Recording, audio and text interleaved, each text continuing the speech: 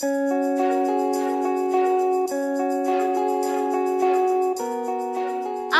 with Dr. Reju is a platform where we take a more in-depth and intentional look into various life issues and bring clarification so we can navigate our way through with knowledge. Join us on Patriotic Radio as we take this journey to discovery. Do remember to follow, like, and engage us on Instagram at Patriots_radio and also on YouTube via Patriots Radio Live. Thank you.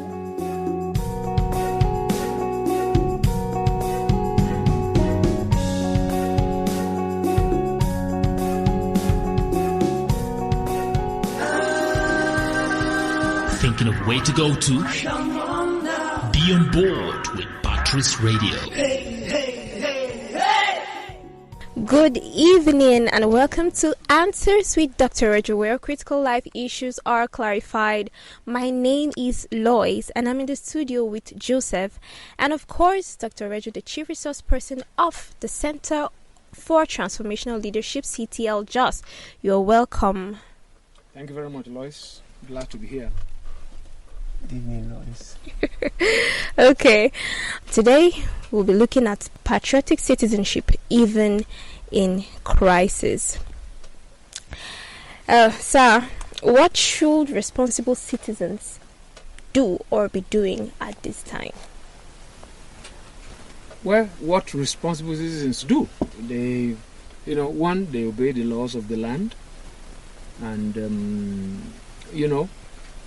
the word being patriotic, is actually where the name of this whole radio station comes from. Patrice is the word from the word patriot, and is the one who, who advocate, fight, promote, the interest of his or her nation. So, it doesn't really change. Whatever it is that promote the good of your nation, of your society, that's what responsible citizens do. That's what patriotic citizens do.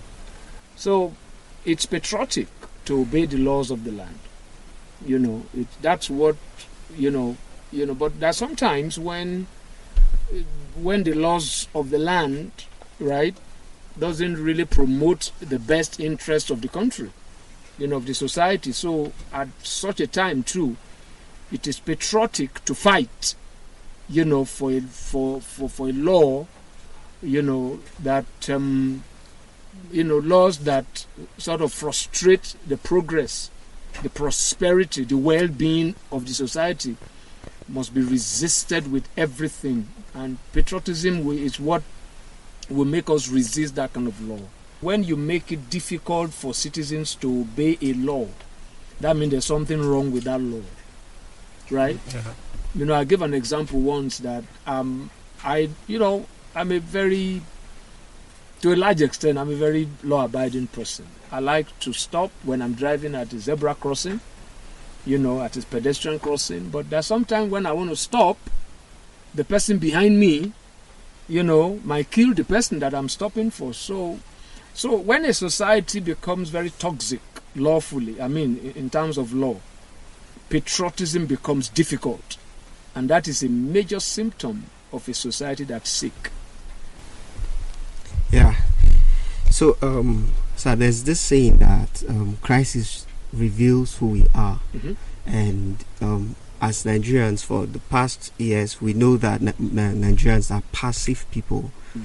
We've not been very proactive as to our responsibility. Mm. So in this case, what strategies should we use? There's a social media that other nations have used, and it triggered a revolution in those nations.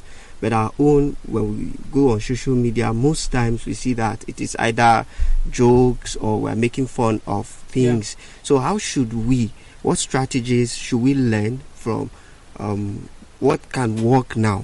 That's a good question. I'm going to answer that question first of all by trying to clarify when you say Nigerians are passive people. If you say that before a South African, we think we are talking about another nation. If you say that, to a British or to an American that Nigerians are passive, you will, what? Nigerians are known to be aggressive people. They are self-starters. They are very industrious. They are not passive. Nigerians are only passive when it comes to patriotism. Right? Yeah. Because, you see, you can't fall in love with nothing. And that's what we must keep reminding ourselves of. We can't say it enough. It's not just difficult to be patriotic towards Nigeria. It's impossible. Why? There's nothing called Nigeria. That's the point. We can't move forward if we don't address that. You can't love nothing. You can't fall in love with nothing. You can't hug air. So there is no Nigeria. That's why it's difficult, or not just difficult, it's impossible. It's impossible. So that's why when we talk patriotism, we will just be very academic. We'll be very academic. So you're saying what kind of, for instance, the reason why it's difficult to use social media, right, to engage is because there's no one language, right? There's no one culture. It was the Arab Spring had a spring because it's monocultural, it's mono-religious. It's because it's very easy to get everybody to understand what we are saying, right? Mm. So you want to do like a PSA, public service announcement, right? I got that phrase from Henry. Don't think I'm that smart. You want to do a PSA, you have to first of all think of interpreting in Hausa, interpreting in Yoruba, and saying it in Igbo. You just scratch the surface. Yeah. Pidgin. Do you know Pidgin has many shades? There are a lot of Pidgins you speak that somebody will not have a clue. Sure. There is the hardcore Pidgin that comes from Warri. Mm-hmm. That somebody that lives in Jos won't even, you will think the person is speaking Greek. So these are the problems that we have. So you see, if we don't, we can't move an inch. That's why, there's a post I wrote that I said one of the problems we have, one of the evil of colonialism is that we're taught to speak grammar. So we interpret everything, and people have all kinds of interpretation. We analyze, and like they say in the academic circle, there's paralysis of analysis. Yeah. So we analyze so much and we become paralyzed, so there's no action. So you discover that it's impossible to galvanize the people until the power trickles down. That the person, that the community leader in Jenta is the one on top of stemming the tide in Jenta. Not one minister, a big man that you can't even call his name. You must first of all put Honorable or His Excellency before you call their names. If that's the guy doesn't know Jenta. This is the issue. The man can't serve. He can't serve Angwarogo. He cannot. It's impossible. So we are still playing games. There are patriotic Gentans, or is it Gentarians you call them? Or Gentans. They love their community. They will do anything for peace in that community. Yeah. If there is a thief in that community, they will hunt the person down. But the strategy can't come from Abuja. So it's, for us in Nigeria, we're just flying blind. They say it's autopilot. Even if it's autopilot plane, it's not flying blind. There is a flight plan. Yeah. So the pilot, the thing is set. There is a setting that the plane is. So it's that's why it's difficult. But I won't use the word difficult. It's impossible to be patriotic in Nigeria. It's impossible. So I want to ask, what is possible? It becomes possible when, like I said, you can't fall in love with nothing. You fell in love with a guy, right? That you just got married, right? Yeah. It can't be. Even if it's his photograph, that's not real. You can't hug a photograph, right? It must be someone that's tangible, that's real. So what's possible is when we have a nation, right, that we can touch, we can interact with, that talks back at us, that feel us and we feel it, right? That's when patriotism is possible. Because what we have right now, people are people first. Then people connect with a place, right? When they connect with that place, they become proud of that place, right? Because that place, they shape it, the place shapes them, so there is a connection. There's a mutual kind of benefit. That's what happens to a British. That's what happens to an American. You're right? That's what happens to someone from New Zealand. New Zealand is not just it's not a mirage. It exists. Britain exists. I was there when my sister, who happens to be a British citizen, she turned 70 and she got a letter that you are now a senior citizen.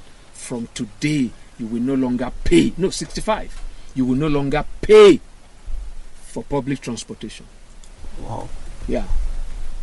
From today till you die, anywhere you go within this country is free. Why won't you be patriotic to that kind of country, right? For example, in Britain, when you turn 100, you get a personal letter from the Queen.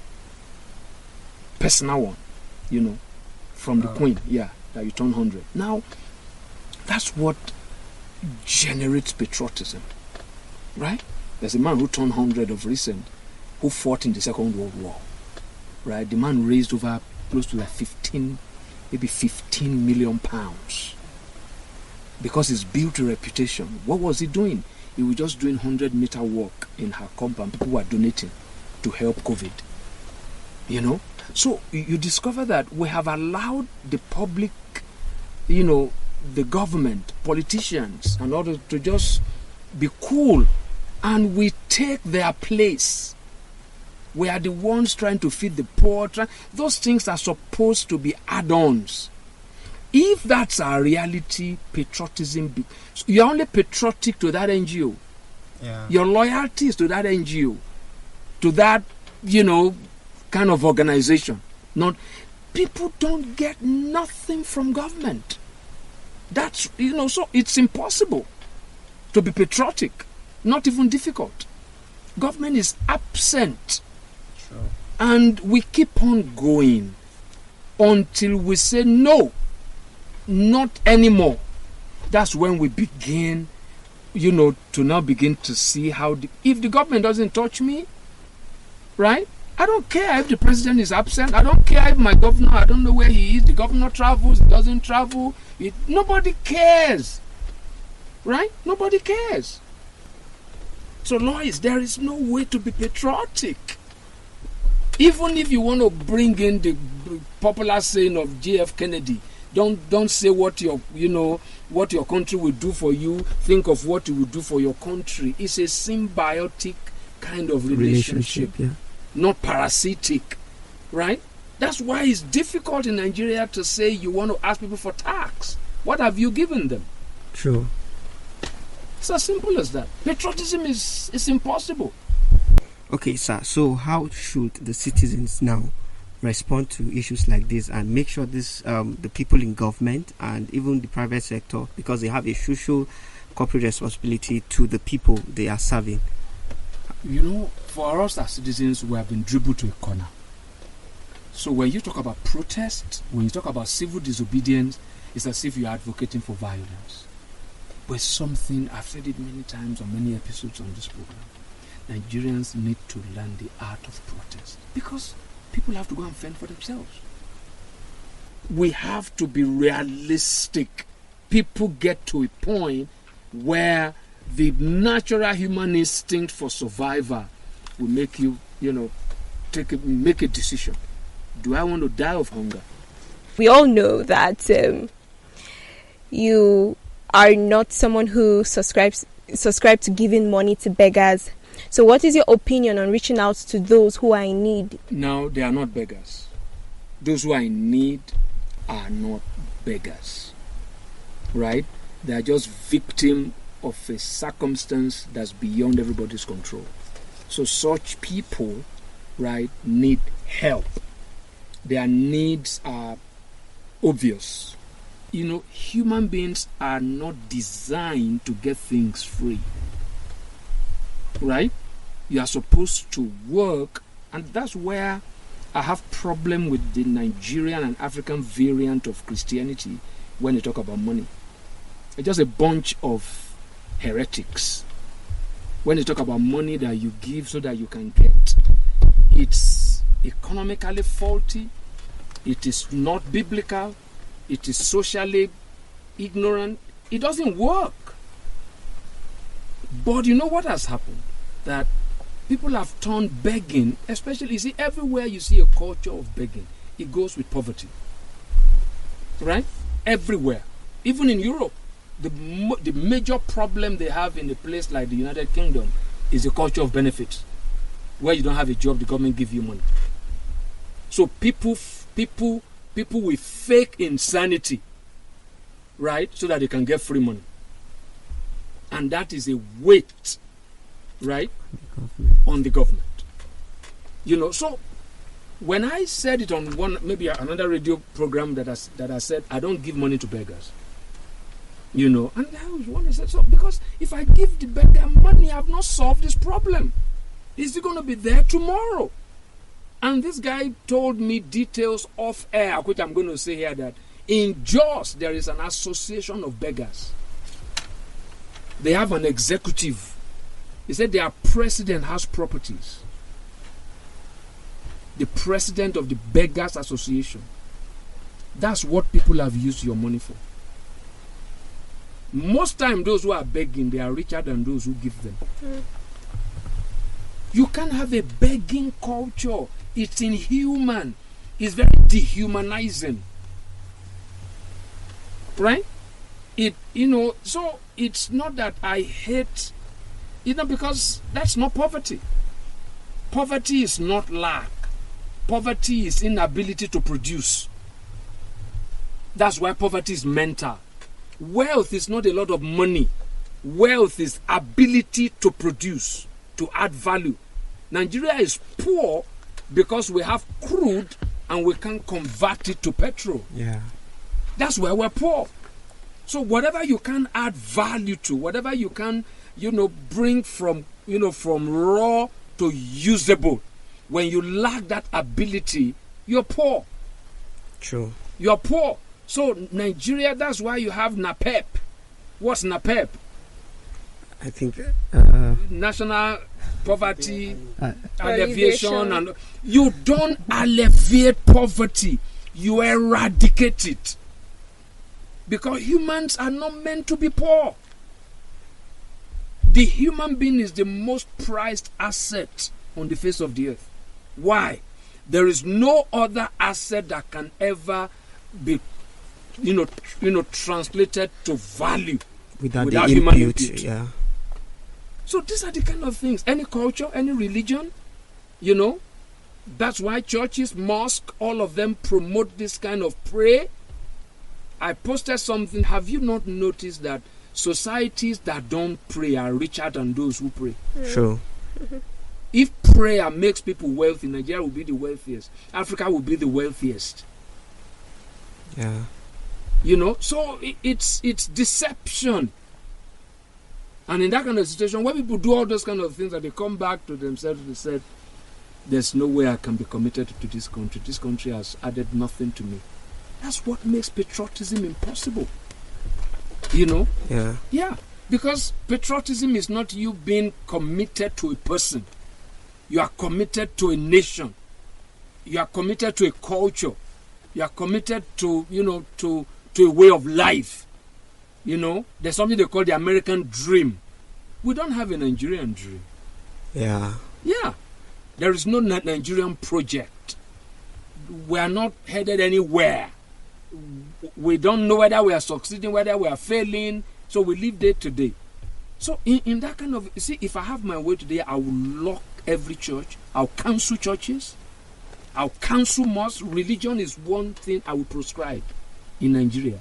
I'll tell every Nigerian, the religion of this country is our constitution. Yeah. Yeah. The God we serve here is our laws. If you don't worship that law, you go to jail. Yeah. Just the way the Christians say, if you don't worship God, you go to hell. Yeah. So the first thing I would do if I ever have any influence anywhere in this country, first of all, I will create very comfortable prisons, because people will go there. A lot of them. Yeah. the prisons will be very, will be like Sheraton. Because people will go there. Because when you go to prison, you can come out as a PhD holder. Yes. We will change it from prison to what is supposed to be correction centers. Yeah. That's the first thing. Second one is I will now invest in orientation. And then the most powerful politician in Nigeria will be a local government chairman. That's what prisons should be. I have a different, feeling about prisons now. It's not what we see it now. It's some place that people should really be in, because it's supposed to change their mindset, Absolutely. right? Absolutely. But it's a place People of come torture. out of prison worse. Yes. Yeah, so. Yes, and hardened. And then they want to go back. They just Because there's free food. Yeah. There's free food. Yeah. So, sir, talking about begging, you raised that issue, and then we've been talking about social amenities. Yeah. In other communities, crime has increased because of issues like this. I had a story of a woman was cooking. She just went inside to pick something, and the pot They've carried the pot of soup. Yeah. And funny, but serious. Yeah. Right? Serious. Because for someone, you see, when I say this thing, people might think, why are you excusing crime? You see, there was time I had the opportunity of speaking with a former armed robber. And he said, armed robbery is tough. It's a tough job. That is more difficult than working in the civil service. No human being wants to be an armed robber. The risk, the planning, the getting high, right? The amount of Indian hemp you need to consume so that you can be tough. That you can be so inspired.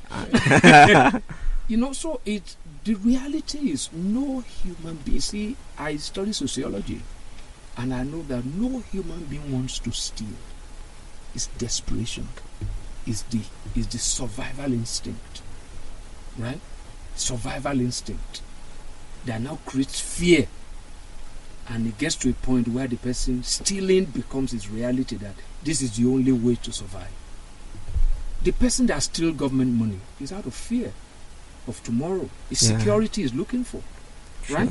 So when you see crime, you discover that the criminal is a victim, and the person that's supposed to prevent crime also is a victim.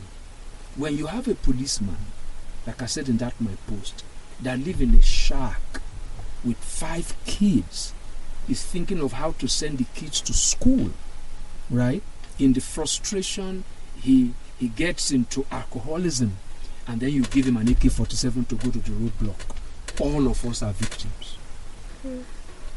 You see, crime is the only thing that can stem the tide of crime, that can even eliminate it, is a sense of security. If that person knows that the basics of life, you see, Nigerians need to understand that there are some things that human beings shouldn't think about. What to eat, what to wear, where to live. Yeah. When a human being is subjected, dehumanized to think about those things, crime is a natural consequence. Sure. My wife was saying, yesterday that there are beautiful houses in Jos. I wish there are no fences. And I reminded her, I said, we went to my sister's house, my younger sister's house in the US. There's no fence. I said, that's even the US. My father's house, where we grew up in our village, we don't have fences. Yeah, even our houses in those days, there were no fences. There are no fences. Yeah. But it got to a point where we feel insecure because somebody lacks something that is going to look for that I have. and is going to go to any length. The first time my father's car was stolen, it was right in front of the house. That's why we've been parking it for ages. No fence, maybe the doors are not even locked. And I reminded my wife, I said, do you remember one time I was at home and I wanted to go out, and I didn't know where they put the key to the house. So I waited. My sister got back and I said, I wanted to go out today. And he said, no, you should have just gone. You should have left the door. You don't have to lock the door. Yeah. This is 2 years ago. You don't have to lock the door. You can go out. I said, really? Yeah. You don't have to lock the door. Okay, so sir, crime is a natural consequence of people's sense, sometimes false sense of insecurity. What I need, is not given. I have to get it whichever way, right? Yeah. Whichever way. But if you are going to punish the criminal, right, you must let the person know that there's no reason to do that, right? There's no reason to do that. If you walk, you get it, right? I'm not saying there are no pervs, no criminals. That's the reason why you go to, maybe in developed countries, when somebody commits a crime, their first sign is motive.